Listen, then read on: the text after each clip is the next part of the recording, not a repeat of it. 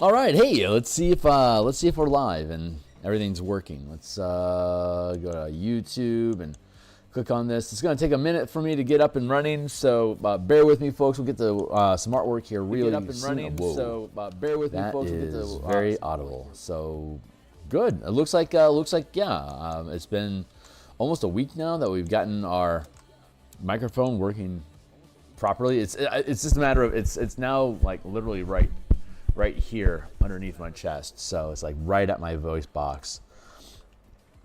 I could actually tilt this up and it drives into my chest a little bit more.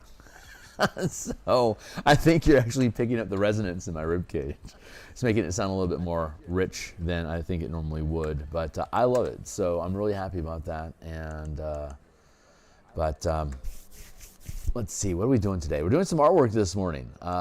We've got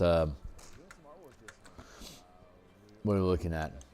Here, if you're coming in from Twitter or Discord to check out the channel, you're looking at this artwork. This is Rahid.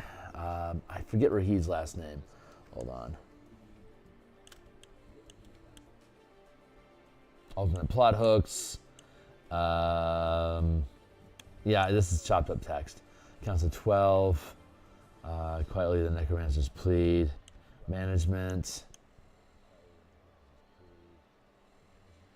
Story lore.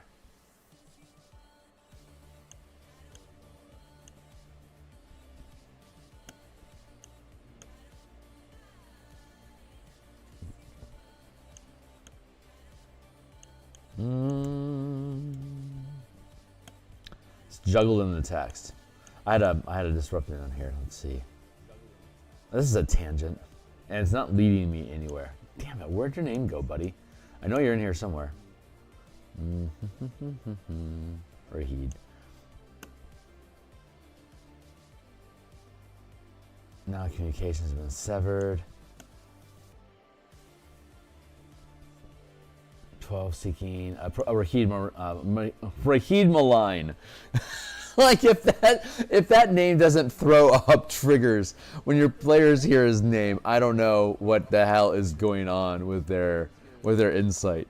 But Rahid Malign working for the 12, offering you rewards for stealing. It's a simple job. All you have to do is turn on a teleportation circle, right? We'll take care of the rest. There's nothing for you to worry about. And like that's anyway. So yeah, so the adventure. There's a lot of different things you could be doing in the adventure. But one of the things that one of the tasks that you can perform is sneaking into this necromancer research facility and reactivating a teleportation circle that had been intentionally disabled, so that the 12 representatives of the 12 wouldn't show up. Since they disabled the teleportation circle, they had to physically walk somebody into the place to trigger the teleportation circle. Oh, actually, there's you can also make use of a plane shift spell if you want to expedite the adventure. If you're trying to trim down the length of time, you can skip the first two parts of it and just have them show up at the research facility, like not at the teleportation circle, just a random location, and inside of the dungeon for them to then find their way to the teleportation circle. There's teleportation stones that you can screw into the teleportation circle. If you're playing the 12 plot hook, you're given those stones up front by Rahid. He's like, go plug these in. Here's a diagram of how they're supposed to assemble themselves. If you're not playing the 12 plot hook, all the rune stones in the teleportation circle have been removed and put into a safe box inside of the facility, along with a diagram for what order they're supposed to be in. So if the team is running a different plot line and they find the stash, they'll find the crystals, they can sell the crystals for just, gold. Or you can screw them back in and have a functioning teleportation circle that the 12 knows the address to. So, use with caution, but it's an option that exists in the game for you. If you decide, for example, to take dominion of this place, it comes with a teleportation circle. In the Bastion system, you have that teleportation circle already. The only problem is that you get attacked if you use it. So a super fun caveat there. Let's get to work. So I'm realizing here that I was looking at stuff and you weren't looking at it with me because I hadn't swapped my windows around yet. Damn it! All right, so if you're on the X Twitter platform, I'm here at Phil. Get out of here. If you're on the X Twitter platform, I'm here at Phil Kearney. I post illustrations and coupons and stuff like that. Early look-sees of stuff. Here on YouTube, like, subscribe, hit the bell icon for notifications when we're live in the future. Here's all 375 episodes. And here's a bunch of books I've created on the DMs Guild already. Check them out. They all have free previews that are extensive. So if you think they're cool, pick them up. Otherwise, just check them out. If you don't think they're cool, you're not going to lose any money for at least taking a look. So, cheers. Let's get here's Rahid. This is the oh no yeah, you guys saw that because I had the window set up right. I thought I was screwing around, but I was. Anyway, I'm having a rough start. Good morning. Can you tell? Can you tell? Let's see where we're at in the thick of this, and we're just gonna. Right now I'm just doing sketch art on pages that need art. I don't necessarily know how everything's going to end up shaking out, but I'm enjoying the process, and isn't that the most important part? So here's a variant of the up in the tree.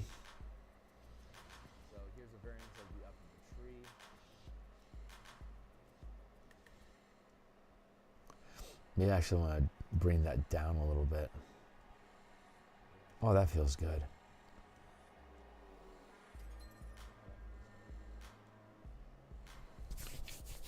Yeah, and then I can have, I like that. That's good placement. And we can do something like, this is just going to be rough sketching for fun. But,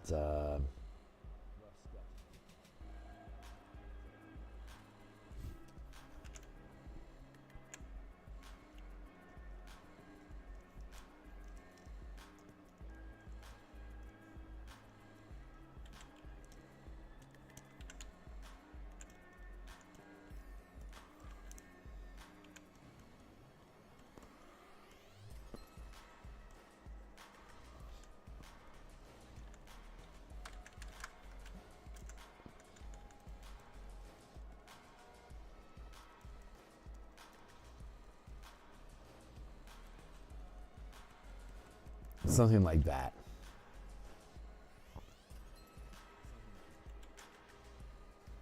Something like that. This will end up looking good. You know.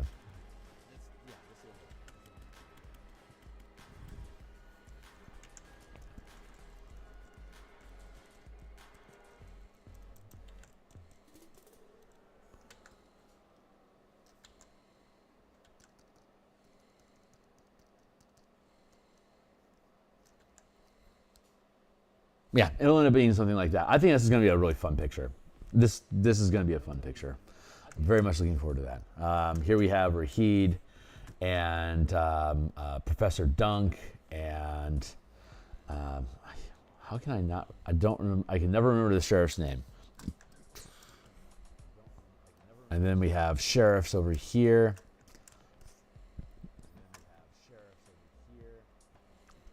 Claiming to be deputized. Let's fix.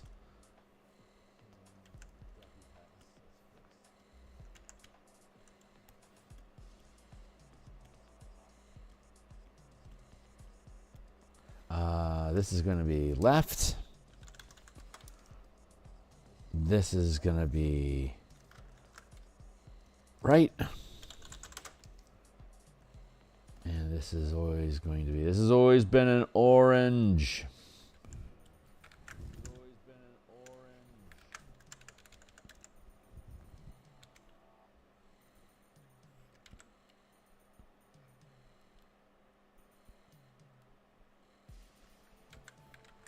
And let's leave him be.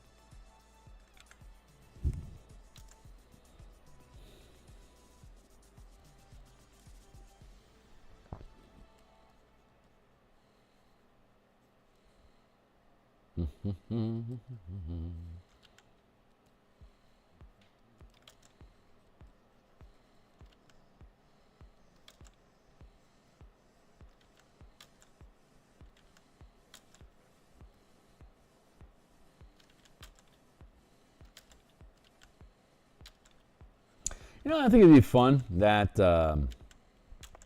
once the Martial Powers book is done, create a bunch of character teams using the Martial Power mechanics and the color mana system to build just free pay what you want characters to pre-built groups. Pre-generated characters, thank you. Pre-generated characters using all the mana mechanics that we've been implementing. I think that'd be fun, especially once the Martial Power system goes live. Holy crap, that'd be a lot of fun. I'm here 10 times. I'm here 10.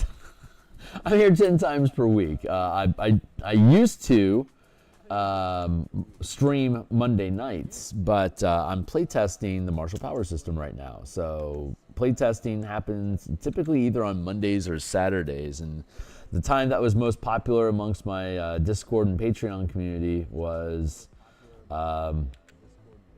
Monday. So we're running a mega dungeon on Monday nights. We typically, it looks like this only had 2 sessions so far.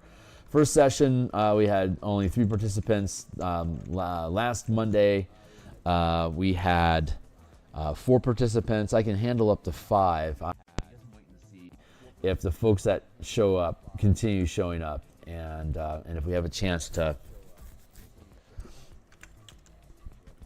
scuttle the team every few months. That wouldn't be a bad idea. Ideally, we get other DMs running the system as well, just to give independent feedback. But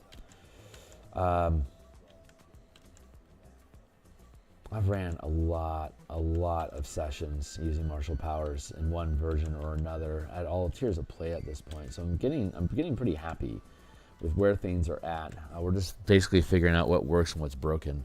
These guys are all flashing badges like they're important. Let's get that fixed. Oh yeah, that's right. Yeah, I stream 10 times per week. Nope, not color range. I want to skew. Monday through Friday in the morning like this, we're doing book art for whatever the primary project is at the time, and at this time is our Eberron adventure, Crystal Summa Bar. It's for 4 to 5 characters, level 7 to 8. Fun factoid: the amount of experience points that a team of 5 7th level characters need is almost identical to the amount of experience points that 4 8th level characters need to gain experience. So if I calibrate this adventure for either one of those amounts, you can run either one and it will run just fine. Same amount of experience. So we've done both.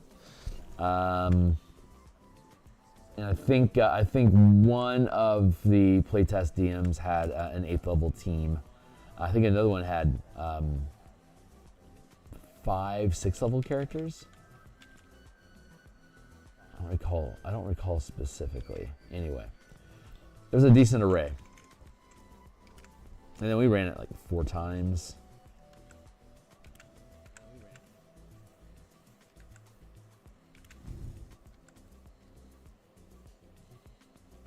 Things can always get tested more, but no, God, Jesus, we ran it. Yeah, I ran that 6 times personally. And then, yeah, and then we had 2 other DMs that were running it as well. So that's a decent array. We were able to hash out a lot of logic issues, make the storyline have continuity, feel good. It's really modular in design, so it can be broken up into different pieces. It's like carved out for different projects. Like we're going to take the cemetery that's in here, and next Halloween, I can make an undead scavenger hunt sort of dungeon effect, like a Halloween one shot. And that sounds like a fun thing to do.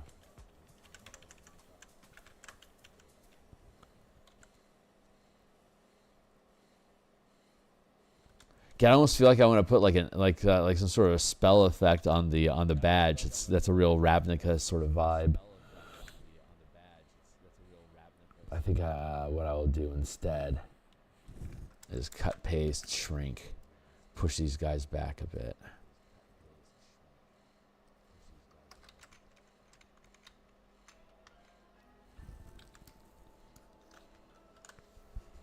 There, that page feels good. Let's go to this one. Holy crap, we got a lot of place to, we have a lot of space to play. Trapped victims. Soya and one villager had been caught and held as prisoner in the underground research facility. Sarya escaped through a secret passage that led to the gazebo with the others, but locked behind them before they could get their bearings.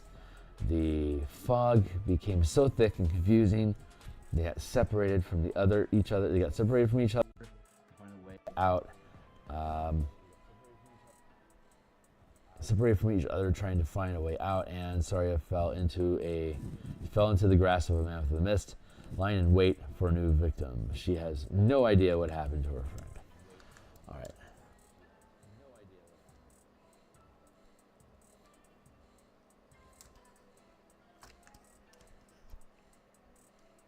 If the characters make any loud noise outside the room, or if they look in, the missing family and friends are held here and plead with the characters to rescue them, warning that the cultists could come from them at any time. See concluding the adventure below. Nexus Chamber. The characters can attempt to negotiate or battle Karen and the Houndsmen when they enter the area, but unless there are compelling reasons why the cultists should give them any consideration, they attack the characters immediately.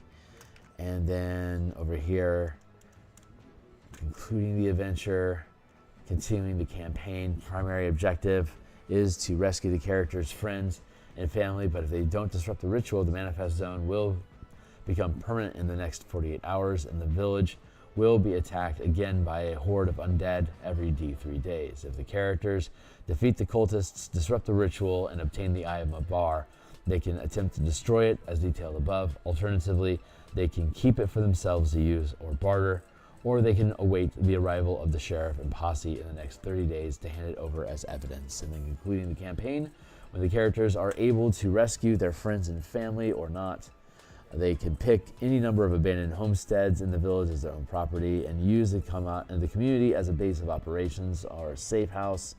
We should change that language to bastion when they need to hide away for a while.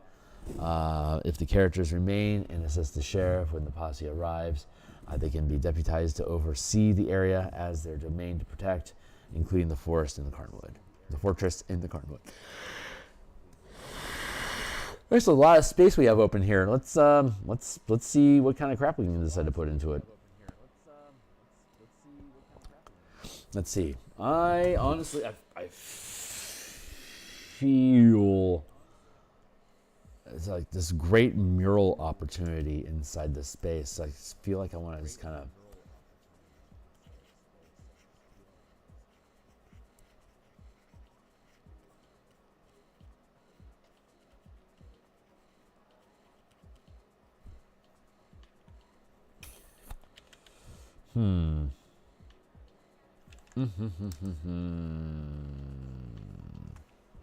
This is page 2. Here's page 1, the adventurers. And then unique encounter up a tree. Okay, we have this occupied by the hook, the hook characters here.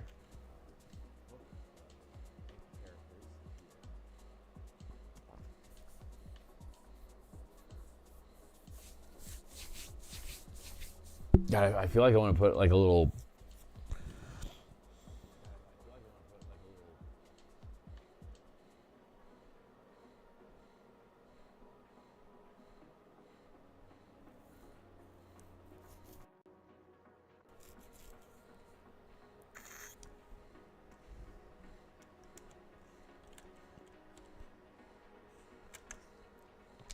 Attempt to destroy it. Let's remove the lock on that. Let's see what happens to this space. If we open it up a bit. Like, is there any compelling interest in having the array like this, broken like this. We're creating this cascading effect. Kind of like that. And it separates here, concluding the adventure.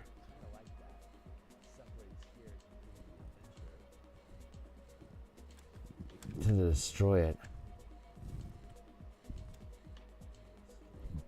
Generally, they can keep it for themselves, use, or barter, or they can await the arrival of the sheriff. Huh. And here, Nexus Chamber, Trap Victim.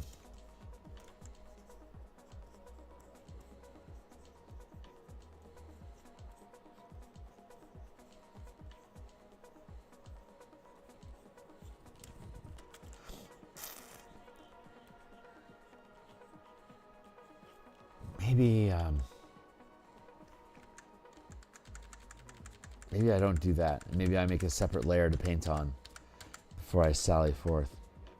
Let's put a lock on this. Yeah, let's keep that broken up. This feels like an interesting shape that we're starting to explore.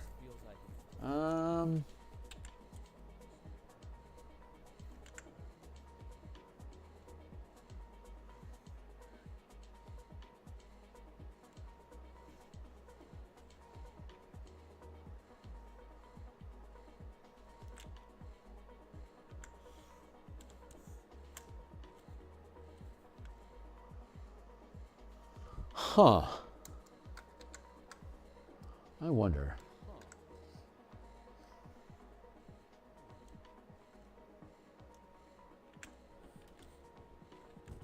Ooh.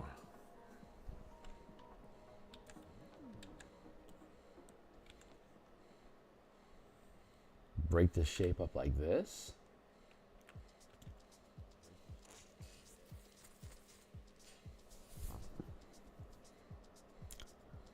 That doesn't feel like as interesting a shape, but it closes off this column of something that I concern myself with.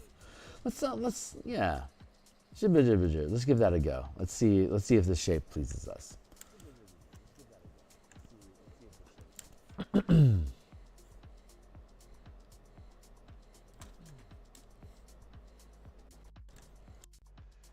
So this is focusing coming from the cemetery.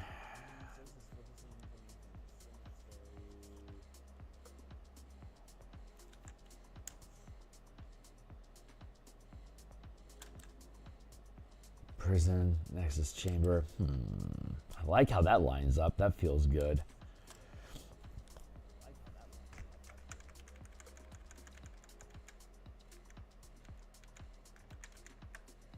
But do I like this shape? This might actually be more interesting shape overall.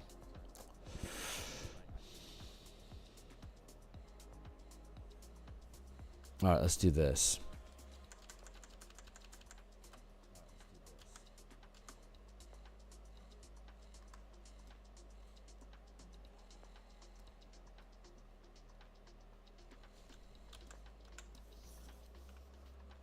Let's do that.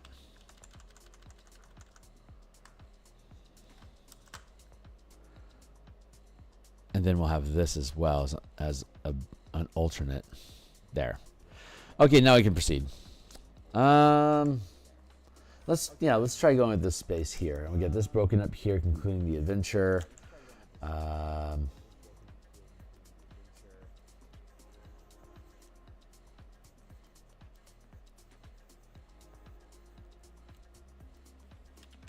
We already have the horde marching elsewhere.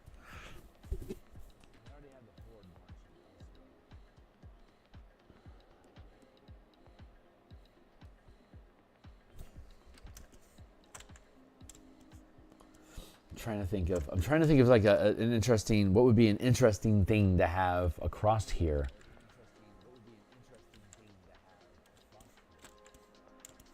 The primary objective is to rescue the families.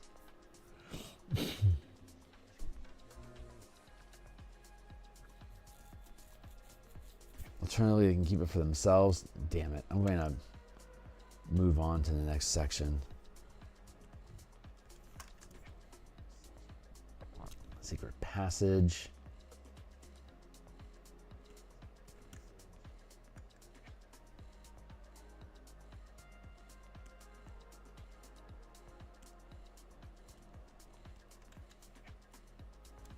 Let's see.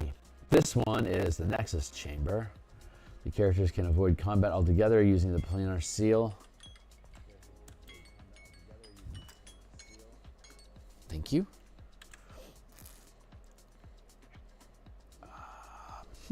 Let's do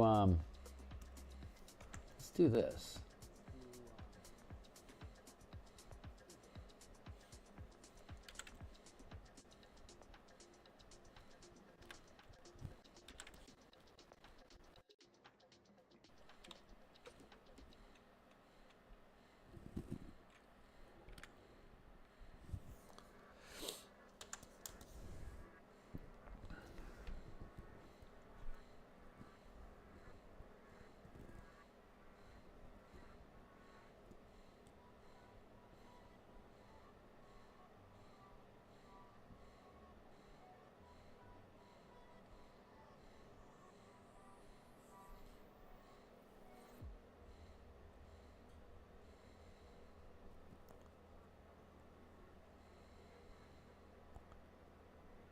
Characters escort them out of the forest.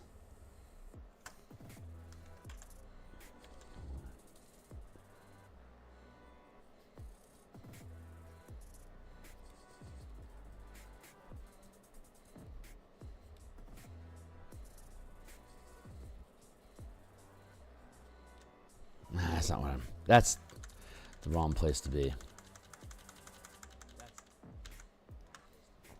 Put a lock on that. I feel like we want to have.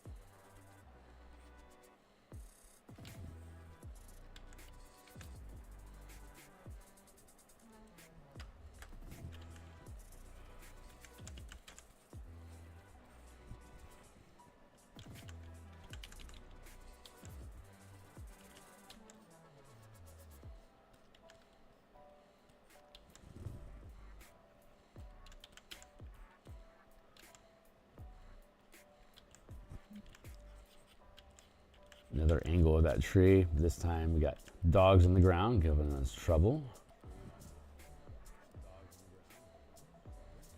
That's fun. Kind of like that idea.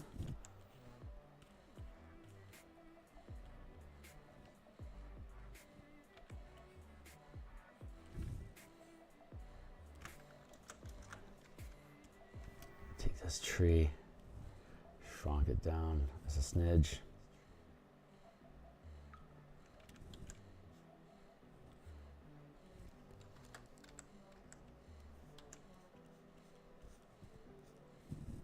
That's fun.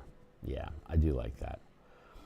Yeah, okay, great. So yeah, I stream 10 times per week, Monday through Friday in the morning. We do our artwork like this. On Mondays, on Tuesdays and Fridays, and either Mondays or Wednesdays, depending on how my week goes, I'll do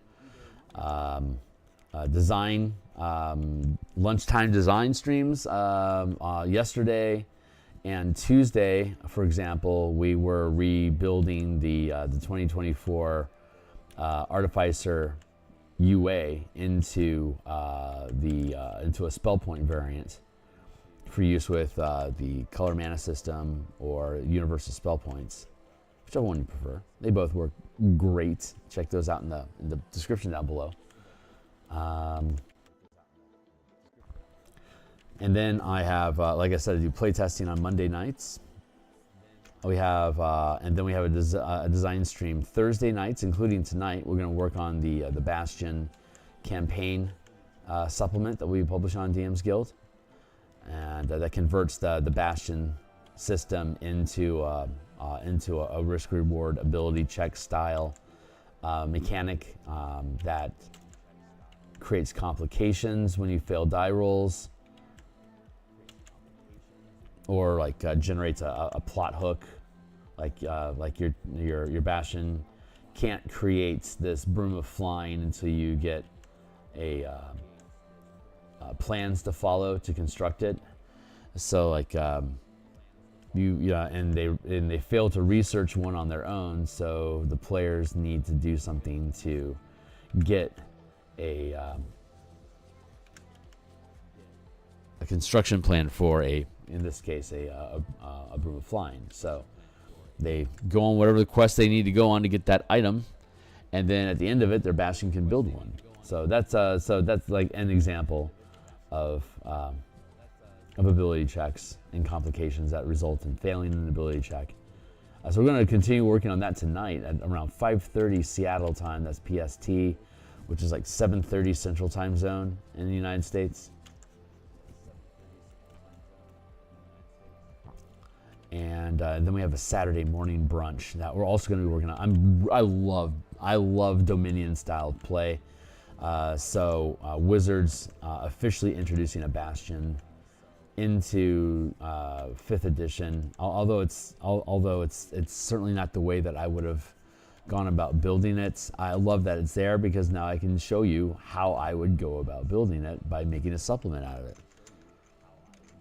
And all this stuff eventually leads to me running Kickstarters, building my own game and stuff like that. So, but even if I build my own games, I want them to be at least compatible with 5e, because 5e is where I really enjoy designing stuff. Such a great game engine. I really enjoy it.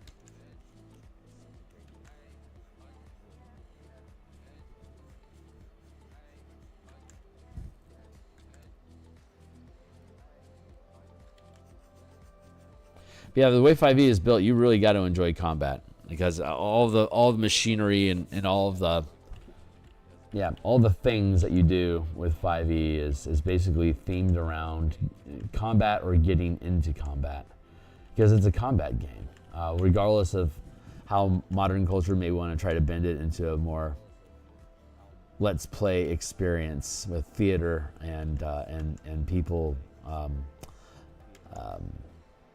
spectating it as a form of theater, it's still a war game, and it wants blood.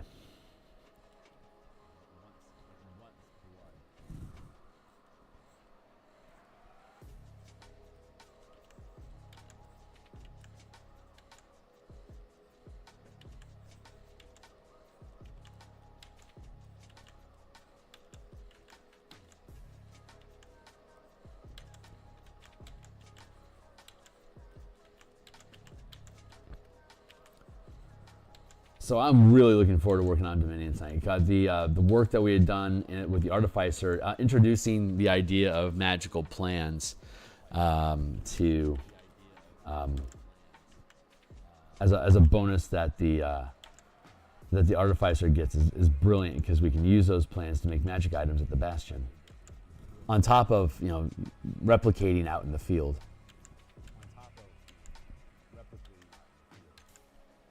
And we found some pretty snazzy crafting rules inside of that. So we're going to revisit that information tonight when we stream the Bastion campaign production. And so we'll revisit what the Artificer can do and what that provides for us.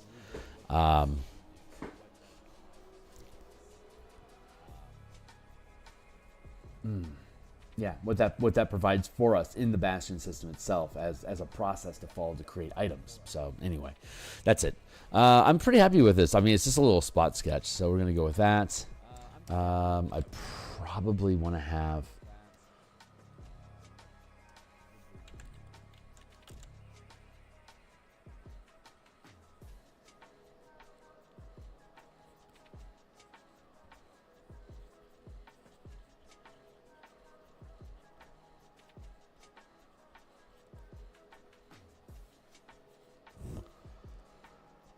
Let's really drop this here.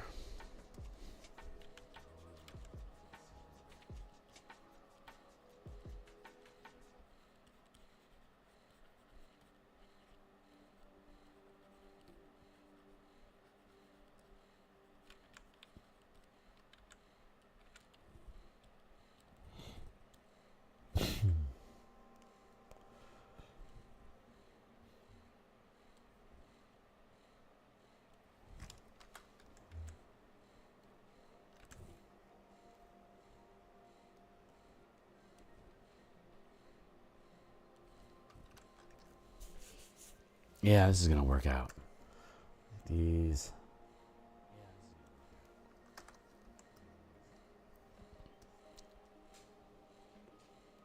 That's a cool little scene. I like it.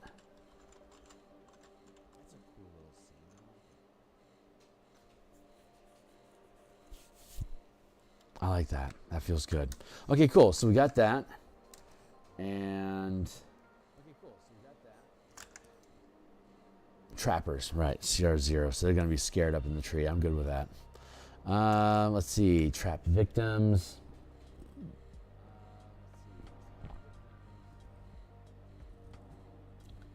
First night, when they wandered into the graveyard, shadow creatures frightened them, and the shaman fell prey to the mammoth's trap while trying to flee.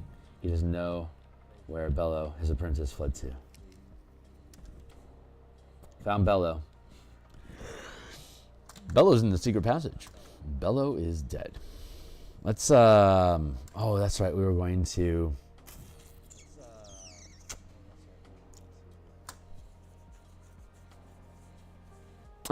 Ooh, yeah, that's a potential opportunity here. Let's do that. Let's take this.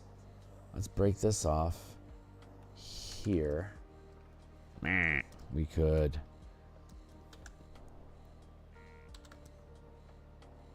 up this like that.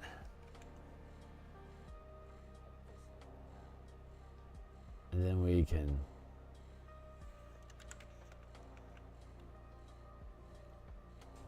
grab this like that. That's fine.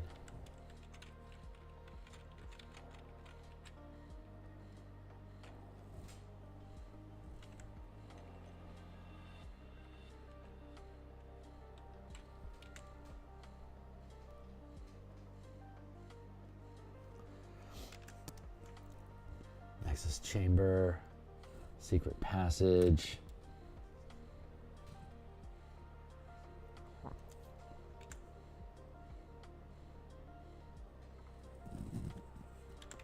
Take this and push it up here, and that opens up a space here, which is interesting to play with.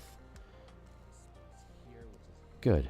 So let's lock that down. Let's take all of this. We're going to call this one left, and now we're going to make right.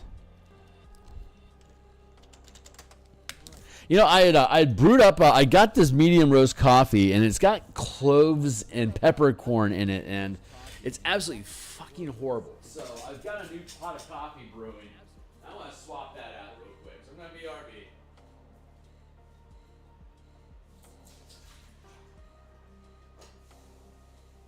Yeah. New coffee.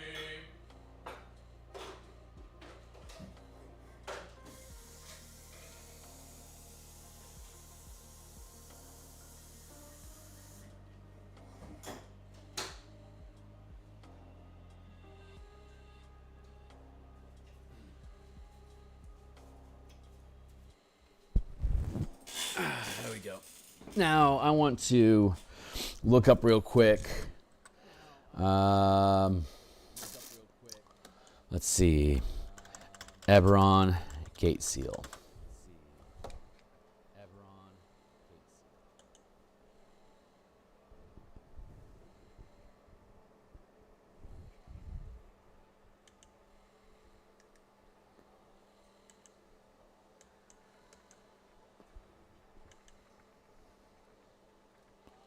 Huh. That's a cool picture.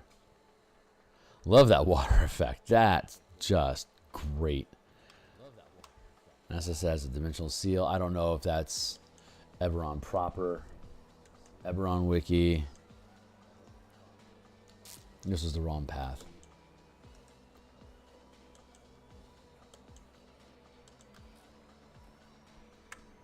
Dimensional seal.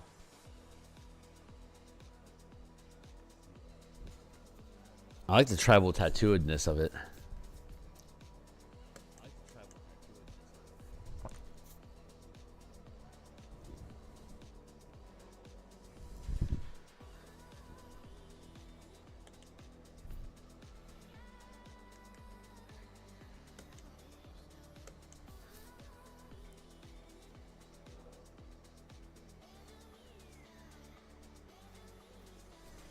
Ah, that's great.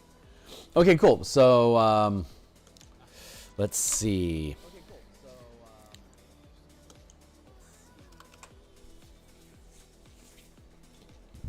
So your team, if you're working with the gatekeepers, your team gets a gate seal. It's a little stone that you can throw, and when it hits the nexus of the manifest zone, it blows out into a 2-ton rock that clonks. Basically just stamps the whole thing down and kills the magic, collapses the manifest zone, and destroys the ability to create a manifest zone here in the future. It's a manifest zone killer. Massive threat. They don't use it to, like, they wouldn't collapse the Sylvania manifest zone where Sharn is at, for instance, because that's a naturally occurring manifest zone. This is being triggered by an artifact. And it specifically states in the content of this is like, yeah, the moon is being pulled out of alignment. This is bad news. We need to kill this so that the moon snaps back and everything's cool. So, gate seal.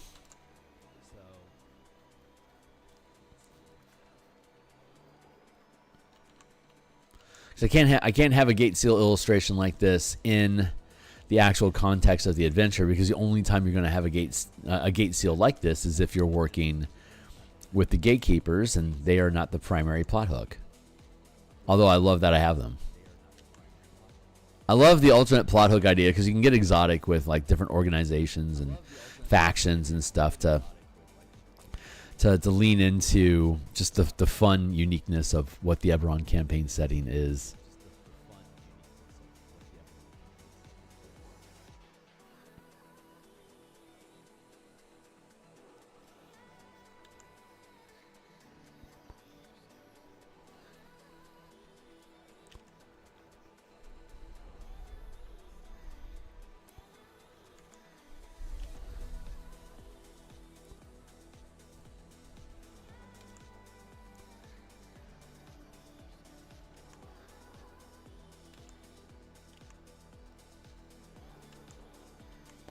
Cha-da-cha-da-cha-da-cha.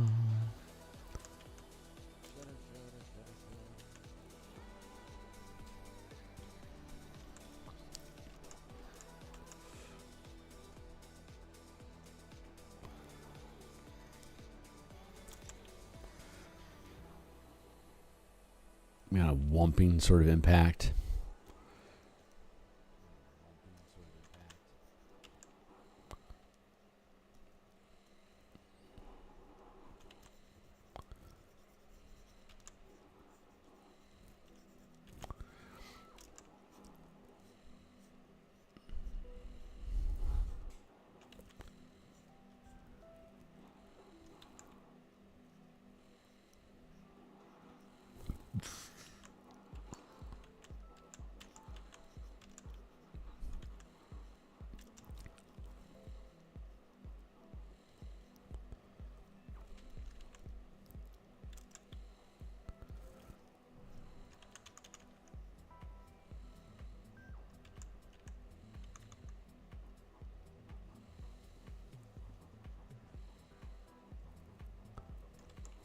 Like that, then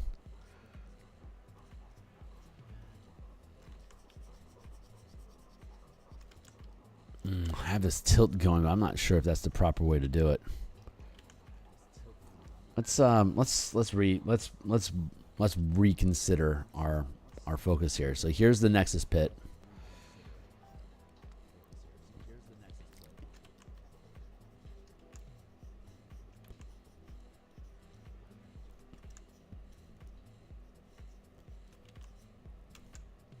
the chamber here. Hey, thank you, Timely Timer. I got another 20 minutes? Yeah, it's a short day today. But we'll be back. We're going to be back at 5:30 tonight to continue work on the Bastions. God, I'm really looking forward to the Bastion system. I feel like Bastion campaigns is going to be the next thing that we actually publish after this. Unexpected. I wasn't sure if I was going to actually do something with Bastions or not until I started, because I've been building a downtime campaign, like a downtime adventuring sort of thing, where there's domain and like the Bastion sort of idea. But I'm a big like guilds and kingdoms sort of guy, so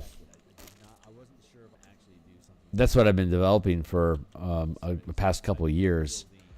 And I have a playtesting team that I'm playtesting with my home team right now, and so far everything's working out really nicely.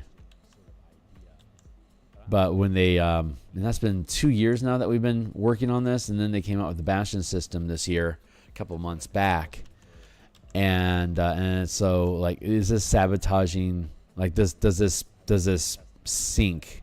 Like, does this skewer the ideas that I've been working on? And the answer is no. Because like we talked about before, there's there's three pillars of adventure, and there's three gears, there's three gears of drive that 5th edition has. Some games have only one gear, like you only use, like Numenera, for example, has pretty much only one gear of gameplay, which is use advantages and edges and circumstances to drive down the difficulty of a task so low that you automatically succeed, so you don't have to bother rolling the die. The goal of Numenera is to succeed goals by not rolling at all and just depict like grinding out the math, removing the math from the problem, so the only solution left is social interaction where there are no die rolls. Like, that's how Numenera works, and the whole system is designed to drive down threats to be zero, to be a zero threat. So you don't even have to roll for it. That's a really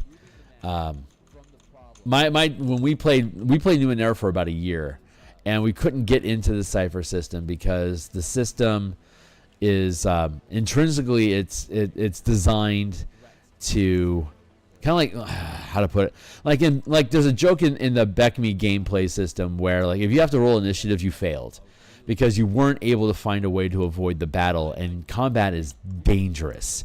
In Numenera, combat isn't very dangerous, but the system wants you to avoid having it, but you can resolve a conflict the same way through social interaction, trickery, combat. It's still basically just devolves down to a die roll, but the die roll is the fail state of the game. If you're winning the game, you're not rolling any dice at all, and that doesn't feel like a game.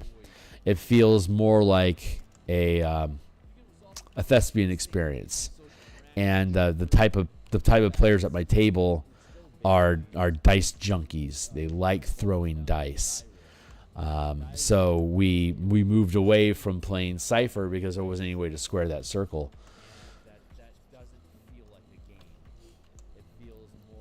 So that's what got us into 5th edition. Because initially it was like, yeah, I don't know if I'm actually interested in playing this or not.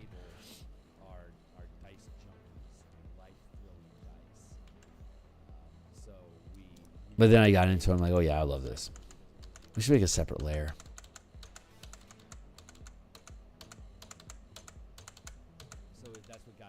Let's do that. Make it separate. Wrong, Kearney. No. Yes. There we go.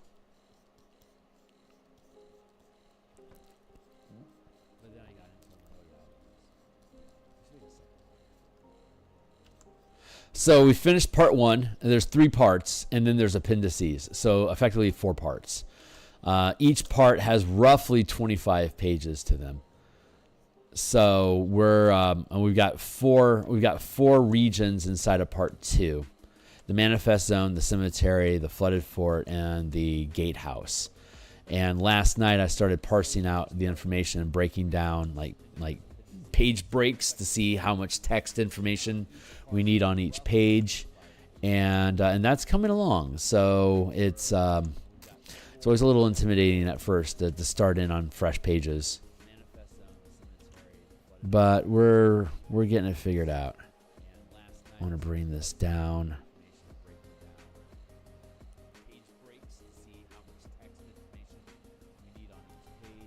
Here.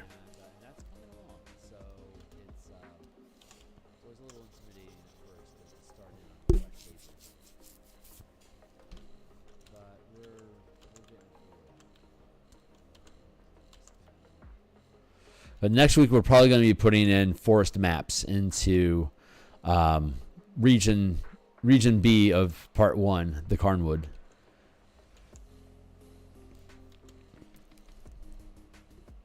Suspect that's what we're going to be doing next week.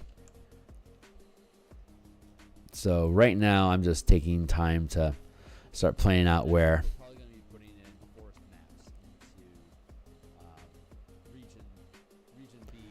You should recognize this from the cover.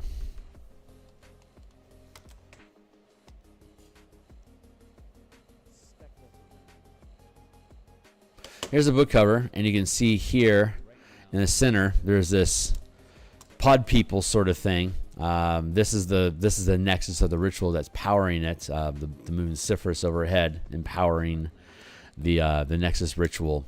We're gonna throw a gate seal at that. We want to pop that. That's growing a Yugoloth. That's bad news. Nobody knows that when they're going into the adventure. So spoiler alert.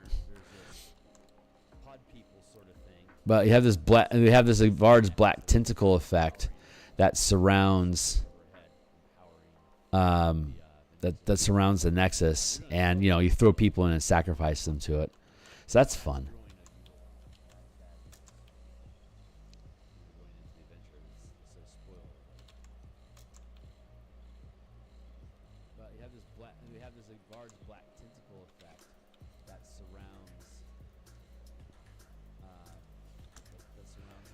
Transform.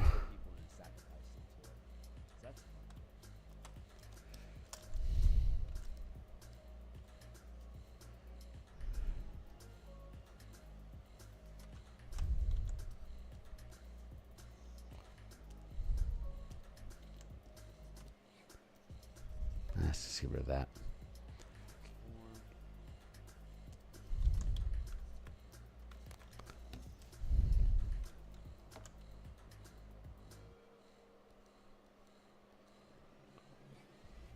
That feels good. Let's make this.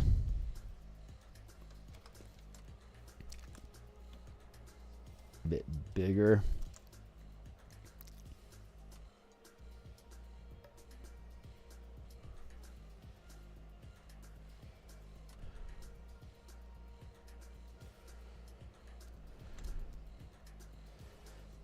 Pull that in a bit.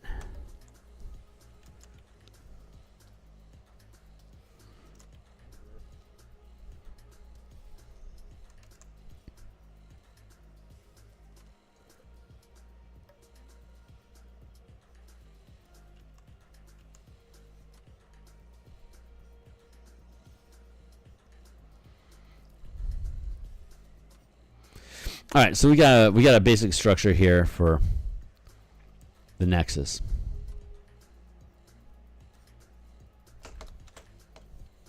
So we take this. Oh, this is gonna work out. Let's drop that down. All right, so we got a basic structure here for here and now.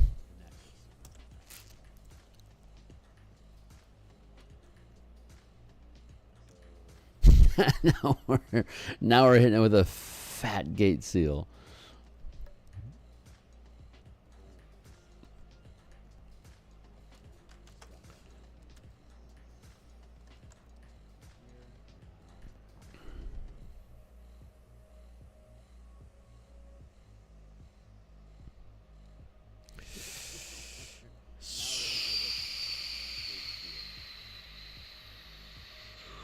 God, I kind of like that. That feels good.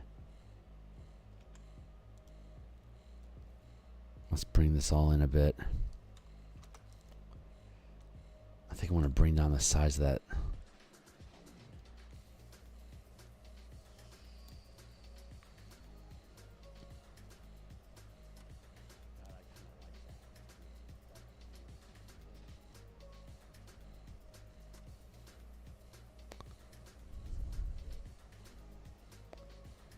I like the idea of it hitting it.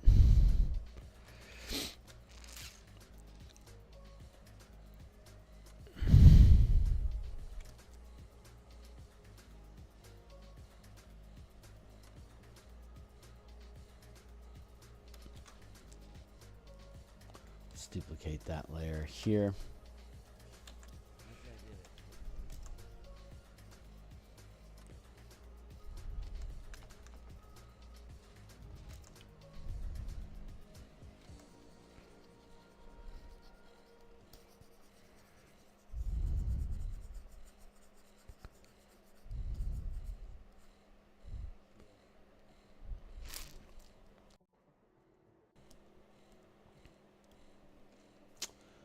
Duplicate that group.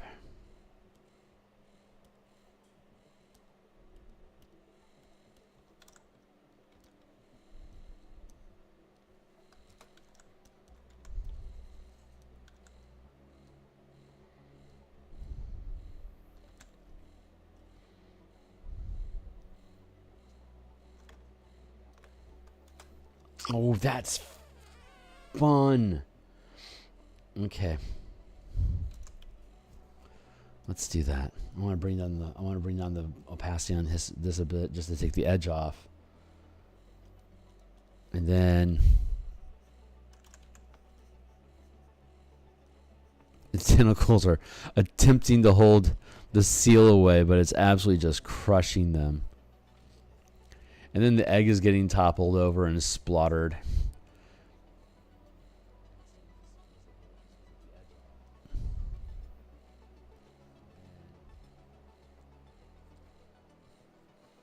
Oh, that's so fucking fun!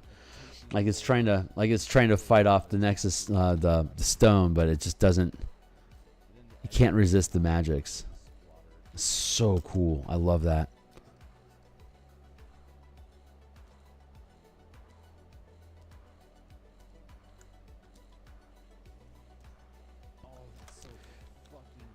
I want to throw that off a little bit, make it a little bit bigger.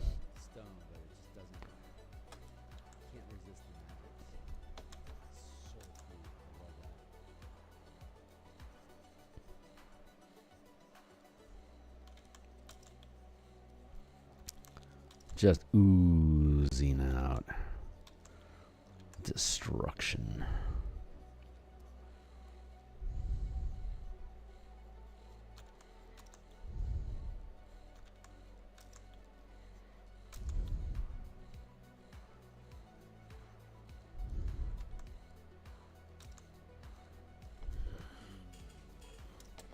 That feels good.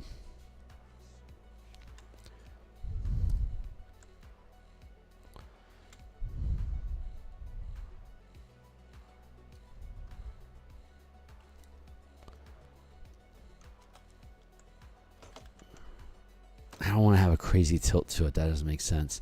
But I can push this text around a little bit.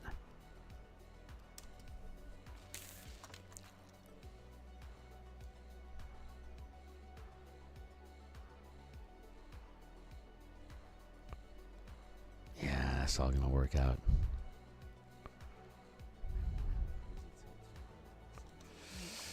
Can I make this bigger?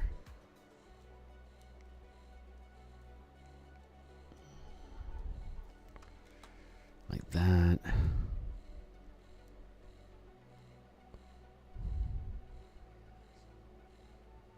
Oh, God, it's gonna be cool. Okay, I'm good with that. I mean, we're just doing sketchy stuff right now, so I'm good with that. I think that's gonna be cool. I got Shugoth.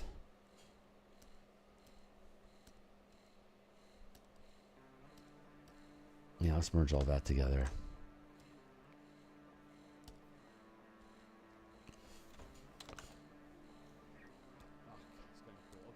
good with that. I mean, we're just doing sketchy stuff right now, so I'm good with that. Shoot off.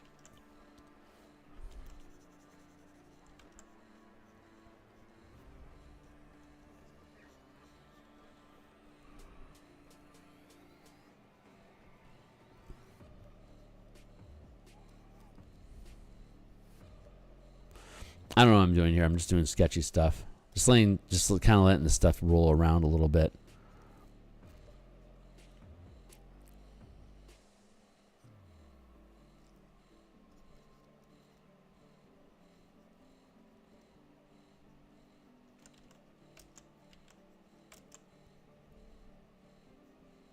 I don't know what I'm doing here. I'm just doing sketchy stuff. Just kind of letting the stuff roll around a little bit.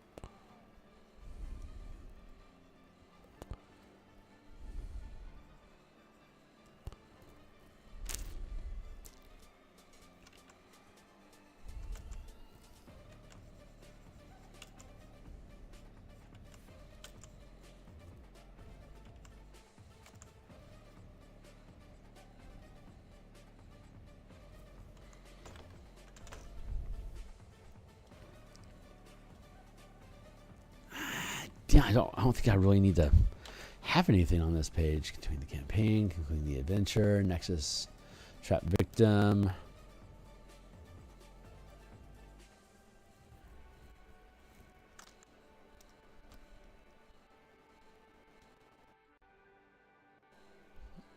Nah, yeah, I'm content. I think I'm content with this page just being this page. So I'm just going to put a lock on that one.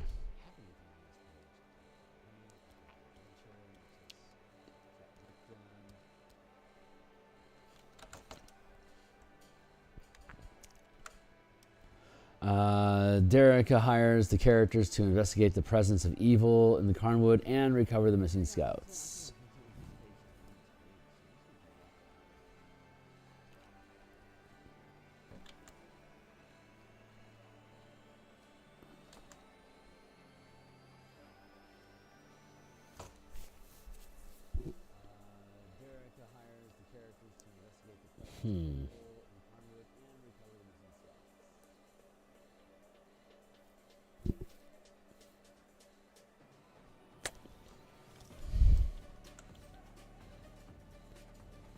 What if I...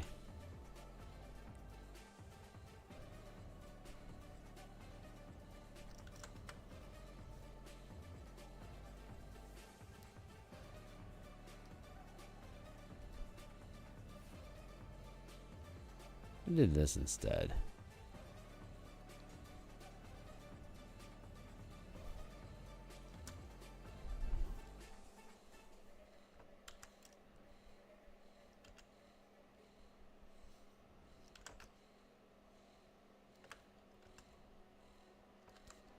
What if we...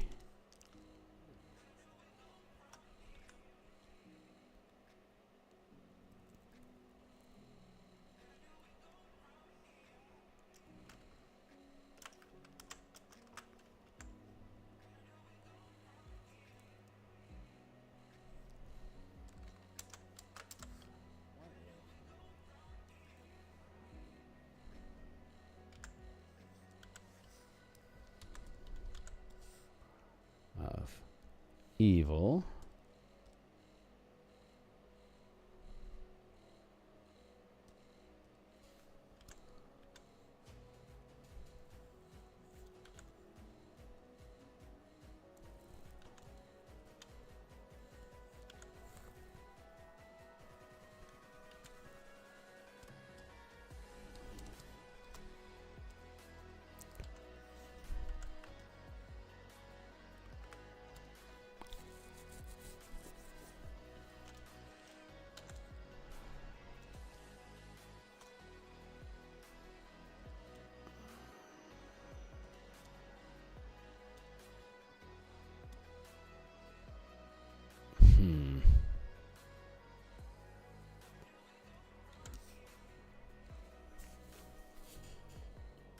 Sussing things through. That's what we do. Let's merge these together because I like that idea a lot. But maybe the story lore. Maybe we can improve the positioning of that. Oh shit, I just ran out of time, didn't I? That's okay. It's an ongoing process. We come back and we work on this every day. It's what we do. It's what we're doing. It's why we're doing it.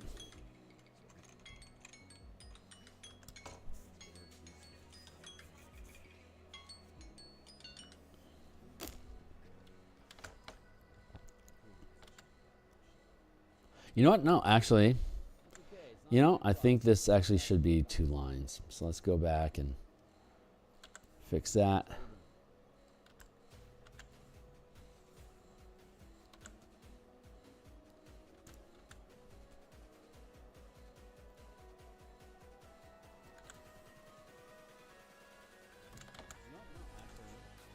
Cover the missing scouts. Maybe what we do instead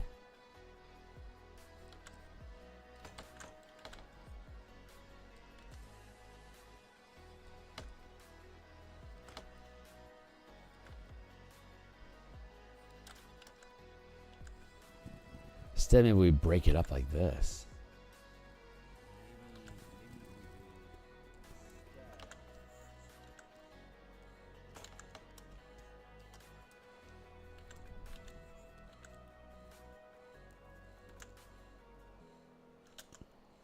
Burp, burp, burp, burp. Unimportant. Yeah, I think that might work. You need a sketch here, sketch here, sketch it here, and sketch it here.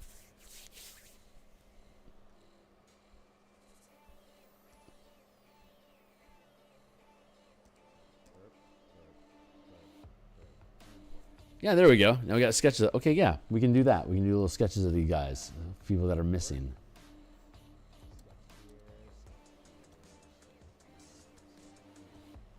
I like that. I like that a lot. What are we working on over here? Holy Hannah, this one's got a lot going on. Dunk, dunk, dunk. Okay, so name researchers. We can do the research pit over here as well. Okay, great. Yeah, I'm liking where this is going. I think we got some good direction. I like this a lot. I think I want to lean into this format. We're going to stick with this. All right, that's it for now. We're going to be back. We're going to be back at 7:30 Central Time, 5:30 here in Seattle Pacific Time. That is a solid 9.5 hours from now. So, and then we'll be back tomorrow morning. We'll continue sketching out stuff for this adventure, and yeah, we'll keep hacking away at it. So I'll see you guys. Hopefully, I'll see you guys tonight. We'll look at Bastions. Cheers.